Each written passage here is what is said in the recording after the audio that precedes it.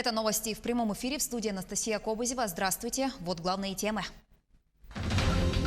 60 пожаров полыхают в Якутии. Сложная обстановка в Мирнинском и Тампонском районах.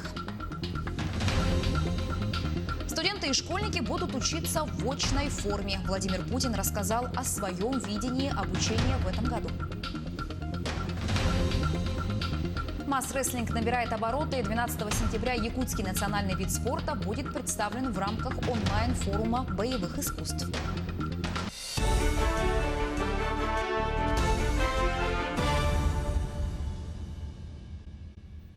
Начнем выпуск с лесопожарной обстановки в Якутии. 60 очагов действуют на территории региона. Площадь активного горения 69 гектаров.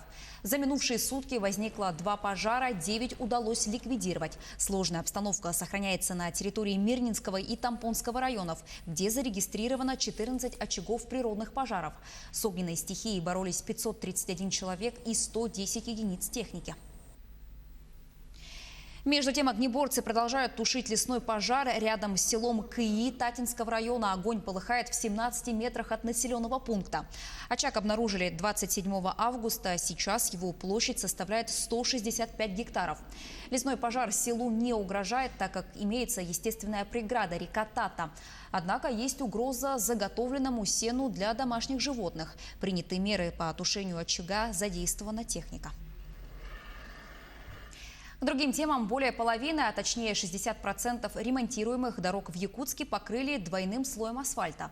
Это чуть больше 15 километров. Напомню, что в этом году в рамках национального проекта «Безопасные и качественные автомобильные дороги» в нормативное состояние приведут почти 24 километра дорожного полотна. Оставшиеся 8 километров дорог уложены на 65% нижним слоем. Есть отставание от графиков по 4 объектам. Речь идет о подрядчике СТК «Алас», который работает на центральных улицах города – Петровского, Орджоникидзе и Курашова.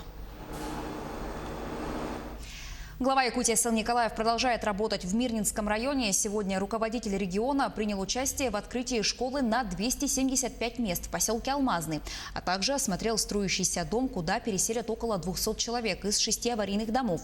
Также сегодня Сан Николаев проверит ход строительства моста через реку Малая Батуобуя на федеральной дороге Вилюй.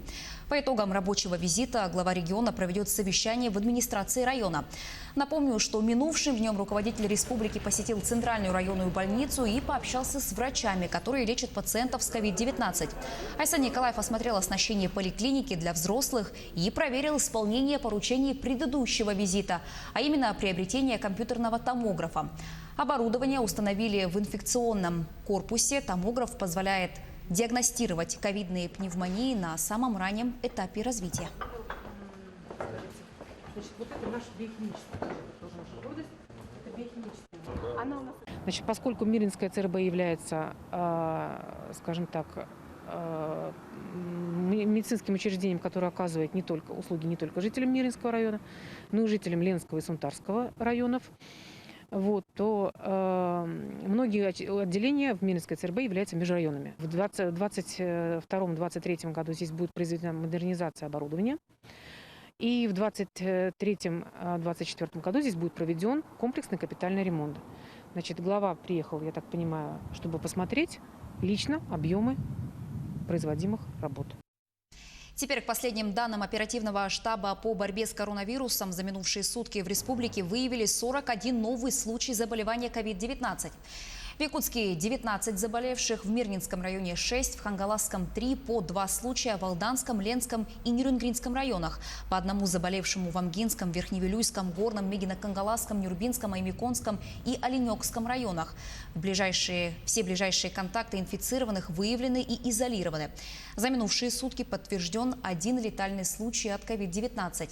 За сутки лаборатории республики провели 3389 исследований на коронавирус. Сегодня основным этапом, конечно, это ситуация по завтрашнему дню. Это первый раз мы идем в новой ситуации в школу, в детские сады. Мы считаем, что мы готовы, но посмотрим, какие испытания нам сегодня принесут. У нас большая готовность, в том числе по запуску тепла в детские сады и в школы. Это сегодня на особом контроле. Наша самая главная задача, чтобы дети у нас пришли в теплые помещения, не успели заболеть, и мы успели провести всю ту нашу прививочную кампанию, которую мы запланировали до 15 октября, привить 60% населения от гриппа на территории Республики Саха-Якутия.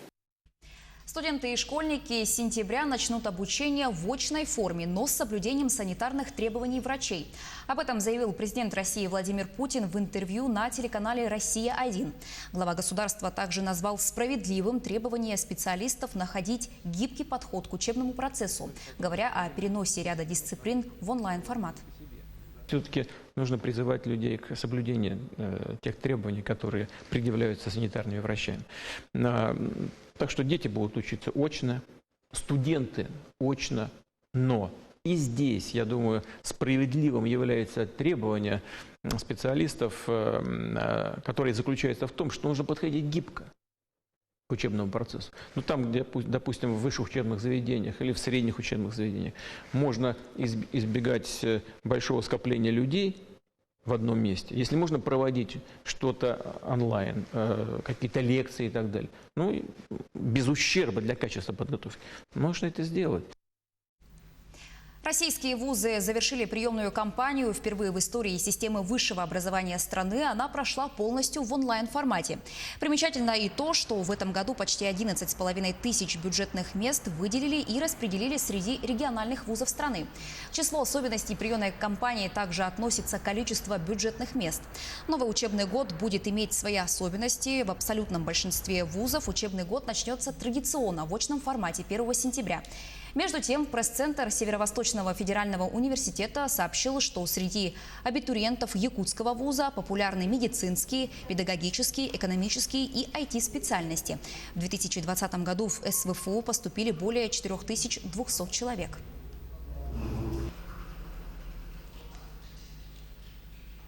Денег не хватает, еле концы с концами сводим. Эти фразы сотрудники Алмазного края все чаще слышат на улице, в магазинах и просто в беседе со знакомыми.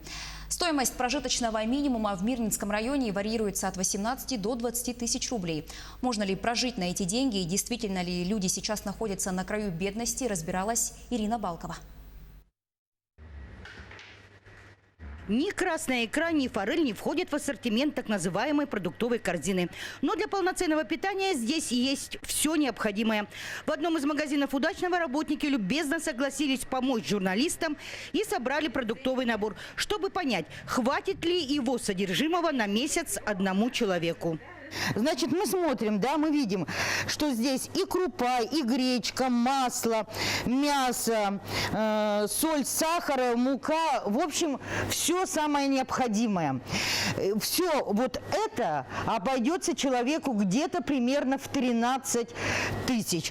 При этом прожиточный минимум на одного человека в Айхале и Удачном составляет 20,5 тысяч рублей. В Мирном чуть более 17 тысяч. В прожиточный минимум входят и товары личной гигиены, стиральные порошки, моющие средства. У Ольги Голосковой полноценная семья, в которой растут 2 детей. Совокупный доход в семье составляет примерно 110 тысяч. И этого хватает, говорит женщина. Правда, в отпуск при таком доходе удается съездить не каждый год. На питание у нас уходит примерно 50-60 тысяч. Мы приобретаем, естественно, это мясо, рыба, курица, макароны, картофель, овощи, фрукты, молочные продукция. Все это нам надо. Анастасия Сабурова, мама 3 несовершеннолетних детей, считает, что прожиточный минимум – это капля в море, и прожить на него невозможно. Особенно, если в семье 3 несовершеннолетних детей. В отпуске уже не были 3 года. Нам, конечно, не хватает этого. И даже если бы выплачивался прожиточный минимум на каждого человека ежемесячно, я думаю, что вряд ли бы хватило. Ирина Волошина воспитывает ребенка одна. Экономить приходится на всем. Доход небольшой, 30 с небольшим тысячи, побаловать. Фрукты иногда, овощи. Приобретаем самое необходимое. Итого, по приблизительным подсчетам, на одного человека необходимо около 20 тысяч рублей на продукты, порядка 2 тысяч на лекарства, плюс коммуналка, около 7 тысяч за однокомнатную квартиру, одеться и обуться по самым приблизительным подсчетам 10-15 тысяч рублей, пусть не каждый месяц, и попытаться отложить на отпуск. Получается, в среднем прожиточный минимум на одного человека в месяц составляет 40-50 тысяч рублей. Ирина Балкова, Денис Сиротин, Дмитрий Храмкин, телеканал «Алмазный край». И к новостям спорта. Масс-рестлинг набирает обороты. 12 сентября якутский национальный вид спорта будет представлен в рамках онлайн-форума боевых искусств, хедлайнером которого выступит сам Чак Норрис. О форуме и его участниках в материале Айсены Бурнашовой.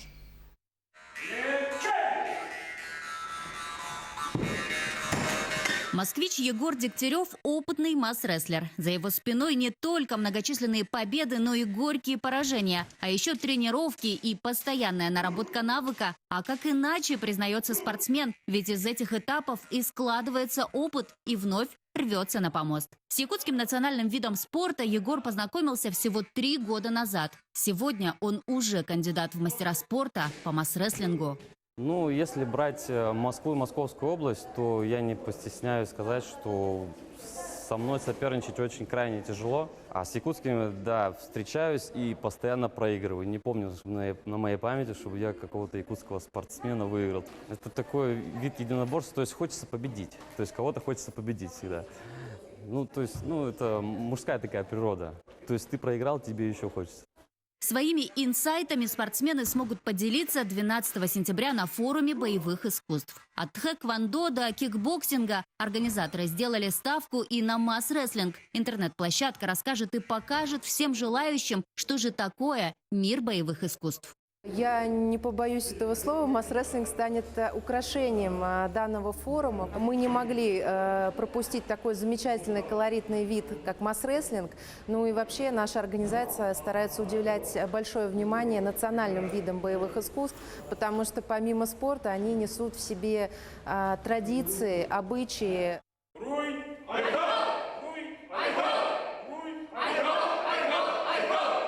Ожидается 30 спикеров и свыше 30 тысяч участников. 6-кратный чемпион мира по карате Чак Норрис, профессиональный боксер и тай-боксер Григорий Дрозд. Авторитетные эксперты выступят в деловой части форума. События также украсят и демонстрационные поединки спортсменов, в том числе и масс-рестлеров. Послушать лекции и посетить онлайн-мастер-классы сможет каждый. Все подробности на сайте Российского союза боевых искусств. Из-за пандемии якутяне, к сожалению, не смогли приехать, поэтому мы рады, что со всем уважением к якутской культуре Московская федерация масс-рестлинга представляет масс-рестлинг. Вы увидите нашу презентацию, и победители получат такой вот красивый кубок. Айсена Бурнашова, Виктор Олесов, Москва. На этом все. Оставайтесь с нами.